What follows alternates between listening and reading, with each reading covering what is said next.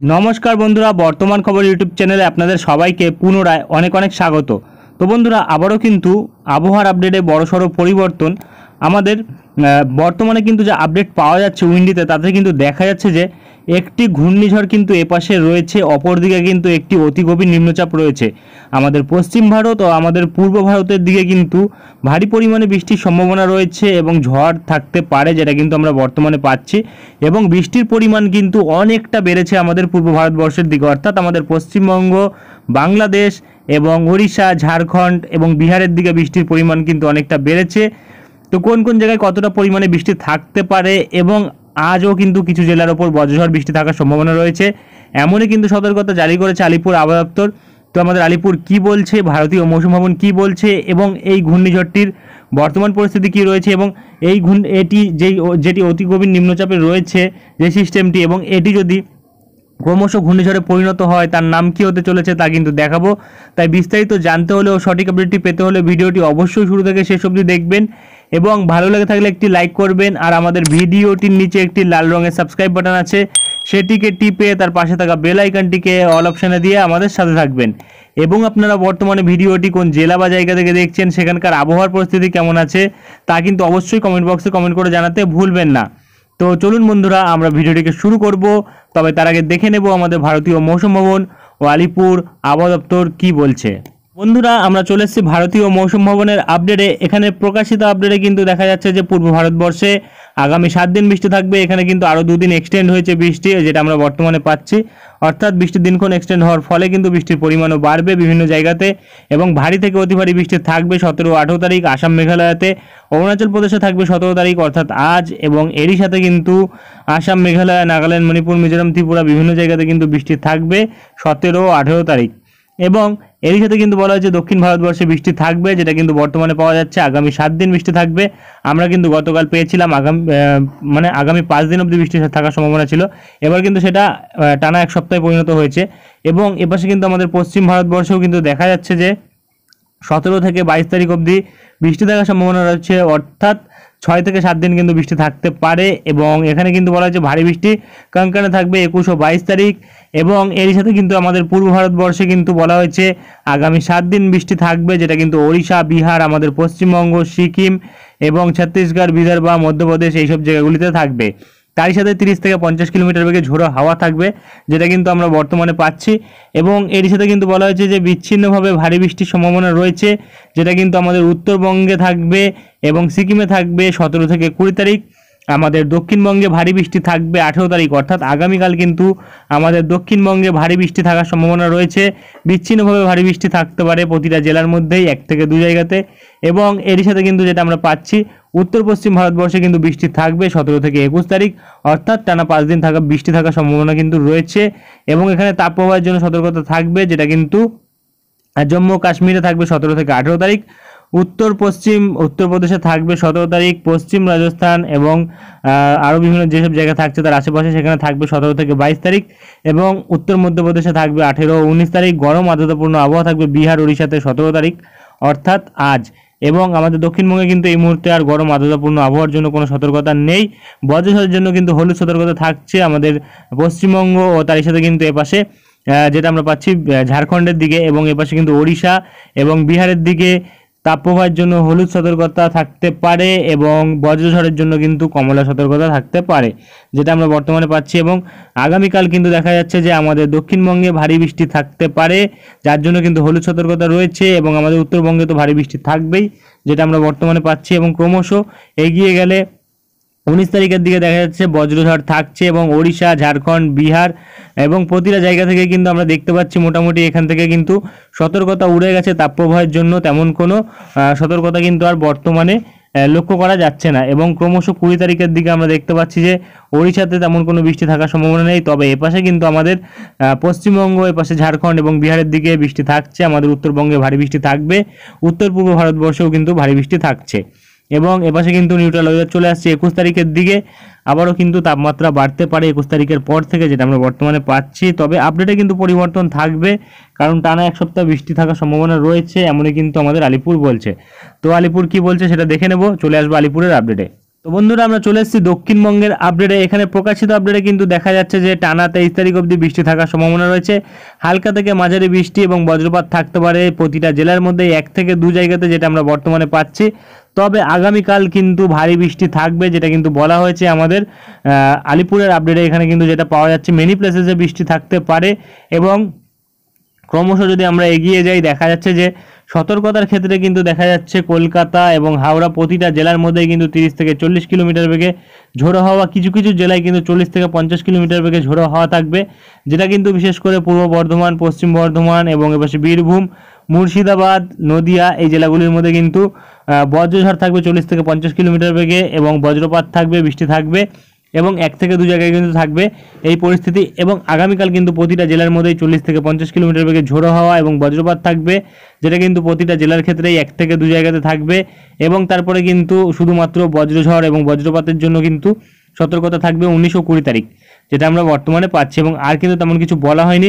চলে আসবো উত্তরবঙ্গের আপডেটে, দেখে নেবো কি বলা হয়েছে। তো বন্ধুরা আমরা চলে এসেছি উত্তরবঙ্গের আপডেটে। এখানে প্রকাশিত আপডেটে কিন্তু দেখা যাচ্ছে যে 23 তারিখ অবধি উত্তরবঙ্গে বৃষ্টি থাকছে। তবে উত্তরবঙ্গে কিন্তু ভারী বৃষ্টি থাকবে, 7 থেকে 11 সেন্টিমিটার বৃষ্টি থাকার সম্ভাবনা রয়েছে, যেটা কিন্তু আমরা এখানে সতর্কতা পাচ্ছি 20 তারিখ অবধি প্রতিটা জেলার মধ্যেই থাকতে পারে। তবে এখানে কিন্তু কিছু জেলার ক্ষেত্রে থাকবে না সতর্কতা, যেটা কিন্তু দক্ষিণ দিনাজপুর এবং মালদা এই জায়গাগুলিতে কিন্তু অতিরিক্ত ভারী বৃষ্টি থাকার সম্ভাবনা নেই। তবে উত্তর দিনাজপুরেও কিন্তু মোটামুটি আমরা পাচ্ছি 19 তারিখ অবধি কিন্তু সতর্কতা থাকবে 7 থেকে 11 সেন্টিমিটার ভারী বৃষ্টির, যেটা কিন্তু আমরা বর্তমানে পাচ্ছি। এবং নিচু জায়গাগুলিতে কিন্তু জল জমার আশঙ্কা থাকবে।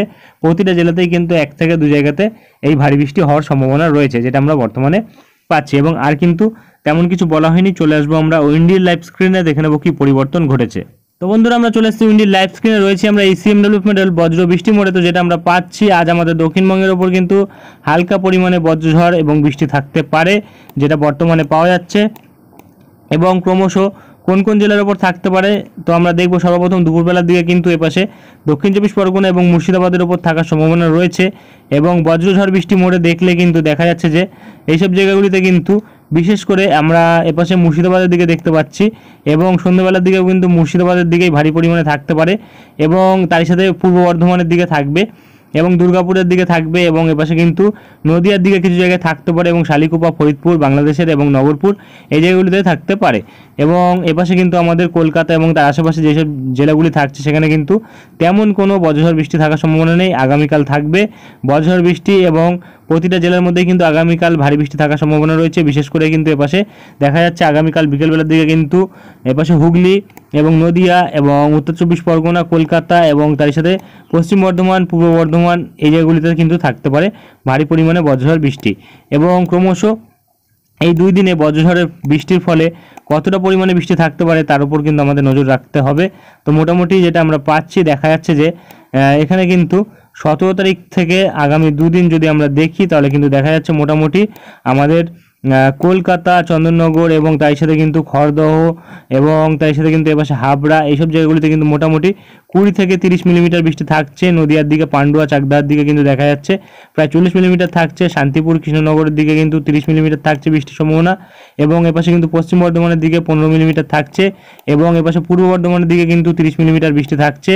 এবং বোলপুর, দুর্গাপুর, আসানসোল, চিত্তরঞ্জন, সিউড়ি এবং এপাশে রামপুরহাট, দুমকা, আজিমগঞ্জ এবং দমকল, বহরমপুর, করিমপুর এবং এপাশে জঙ্গিপুর এইসব জায়গাগুলিতে কিন্তু দেখা যাচ্ছে মোটামুটি 15 থেকে 20 মিলিমিটার বৃষ্টি থাকতে পারে।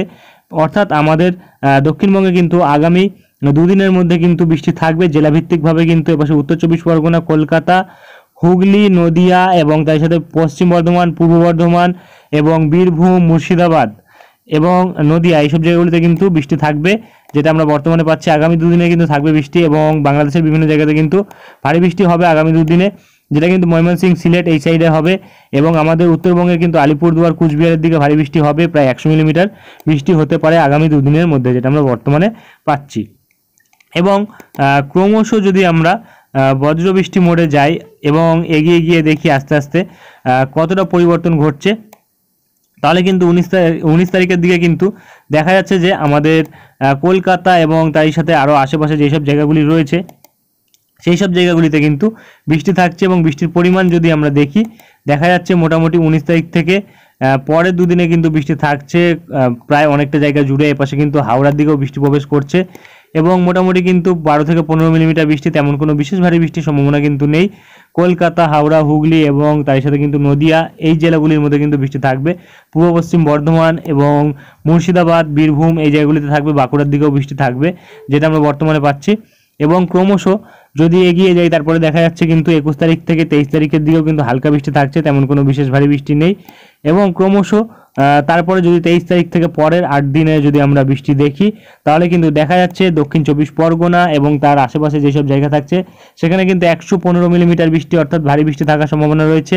এবং এই ভারী বৃষ্টি থাকার কারণ হচ্ছে আমাদের বঙ্গোপসাগরে বে অফ বেঙ্গলের ওপর কিন্তু একটি ঘূর্ণাবর্ত এবং সিস্টেম, যদি আমরা এটিকে এখন অবধি যা আপডেট পাওয়া যাচ্ছে তাতে কিন্তু দেখা যাচ্ছে এটি কিন্তু অতি গভীর নিম্নচাপ রূপে থাকছে। এবং তারই সাথে এটি অতি গভীর নিম্নচাপ রূপে থাকার মেন কারণ হচ্ছে আমাদের আরব সাগরে কিন্তু 23 তারিখের দিকেই একটি ঘূর্ণিঝড় সৃষ্টি হচ্ছে, যার জেরে কিন্তু এই ঘূর্ণিঝড়টি ক্রমশ সৃষ্টি হওয়ার পর কিন্তু এপাশে উত্তর পশ্চিম দিক বরাবর অগ্রসর হওয়ার পর কিন্তু ক্রমশ আবার রিটার্ন চলে আসছে এবং এসে কিন্তু এপাশে গুজরাটের ওপর প্রভাব ফেলছে এবং আঘাত ফেলছে। এবং এই ঘূর্ণিঝড়ের কিন্তু সর্বোচ্চ গাস্টিং থাকছে, যদি আমরা দেখি সর্বোচ্চ গাস্টিং 23 তারিখের পর থেকে কিন্তু আমরা দেখতে পাচ্ছি আস্তে আস্তে কিন্তু এটি শক্তি বাড়াচ্ছে এবং ক্রমশ 26-27 তারিখের দিকে কিন্তু এটি সরে যাচ্ছে এপাশে।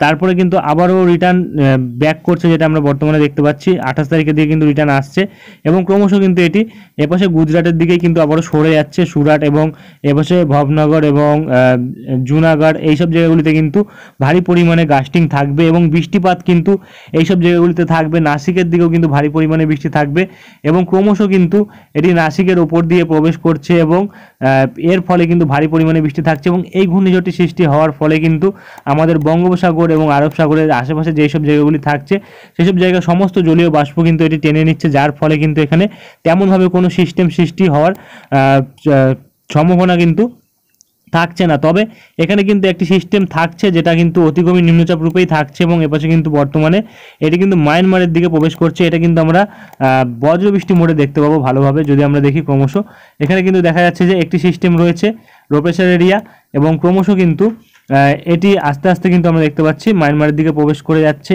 এবং এটি কিন্তু অতি গভীর নিম্নচাপ রূপেই থাকছে এবং এর ফলে কিন্তু ভারী বৃষ্টিপাত থাকছে আমাদের দক্ষিণবঙ্গ, বাংলাদেশের বিশেষ করে কিন্তু মহেশখালী এবং এপাশে কিন্তু চাকারিয়া এবং নাইখংচারি এই দিকটাতে কিন্তু ভারী পরিমাণে কিন্তু বৃষ্টিপাত হওয়ার সম্ভাবনা রয়েছে, যেটা আমরা বর্তমানে পাচ্ছি। এবং ক্রমশ কিন্তু এটি মায়ানমারের দিকে প্রবেশ করে যাচ্ছে এবং তারই সাথে কিন্তু আমাদের দক্ষিণবঙ্গের দিকেও বৃষ্টিপাত ঘটাচ্ছে এবং অপর দিকে কিন্তু এপাশে একটি যে ঘূর্ণিঝড়টি রয়েছে সেটি কিন্তু এপাশে বৃষ্টিপাত ঘটাচ্ছে, অর্থাৎ আমাদের পশ্চিম ভারতবর্ষ এবং পূর্ব ভারতবর্ষে কিন্তু ভারী পরিমাণে বৃষ্টি থাকবে, যেটা আমরা বর্তমানে পাচ্ছি। এবং এই নিম্নচাপের ফলে অথবা এই ঘূর্ণিঝড়ের ফলে, এবং এটি যদি ঘূর্ণিঝড় কোনোভাবে রূপ নেয় তাহলে কিন্তু এর নাম হতে পারে ঘূর্ণিঝড় মন্থা, যেটা আমরা বর্তমানে পাচ্ছি। এবং ক্রমশ যদি এই ঘূর্ণিঝড়টি এটি যদি ঘূর্ণিঝড়ে পরিণত হয় তার নাম হতে পারে মন্থা। এবং এই যে সিস্টেমটি রয়েছে তার প্রভাবে বৃষ্টিপাত কতটা থাকছে সেটা আমরা দেখব বৃষ্টির পরিমাণে গিয়ে, কারণ এই যে বৃষ্টিটা থাকছে, এই যে সিস্টেমটা থাকছে তার ফলে যদি আমরা দেখি মোটামুটি দুদিনে যা বৃষ্টি হবে তাতে কিন্তু দেখা যাচ্ছে যে আমাদের দক্ষিণবঙ্গের দিকে কিন্তু প্রায় 80 থেকে 100 মিলিমিটার বৃষ্টি থাকবে দক্ষিণ 24 পরগনার দিকে, এবং এপাশে কলকাতা এবং উত্তর 24 পরগনার দিকে কিন্তু 40 থেকে 50 মিলিমিটার বৃষ্টি থাকবে। প্রায় প্রতিটা জায়গাতেই কিন্তু 40 থেকে 50 মিলিমিটার বৃষ্টি থাকবে। বাংলাদেশের চট্টগ্রাম, মহেশখালীর দিকে কিন্তু যেটা আমরা পাচ্ছি 200 মিলিমিটারের ওপর বৃষ্টি থাকবে। এবং ক্রমশ যদি এটি দিক পরিবর্তন করে আমাদের বঙ্গের দিকে চলে আসে তাহলে কিন্তু বৃষ্টির পরিমাণ কিন্তু আমাদের দক্ষিণবঙ্গে অনেক পরিমাণে বাড়বে, প্রায় 200 মিলিমিটার বৃষ্টি কিন্তু হওয়ার সম্ভাবনা থাকবে, অর্থাৎ বন্যা আশঙ্কা কিন্তু দেখা দিতে পারে। এবং আর কিন্তু তেমন কোনো বড় পরিবর্তন এই মুহূর্তে পাওয়া যাচ্ছে না। এরপরে যদি কোনো পরিবর্তন আসে তা আমরা তুলে ধরবো। আজকের ভিডিওটি আমরা এখানেই শেষ করছি, দেখা হবে নেক্সট ভিডিওতে। ধন্যবাদ।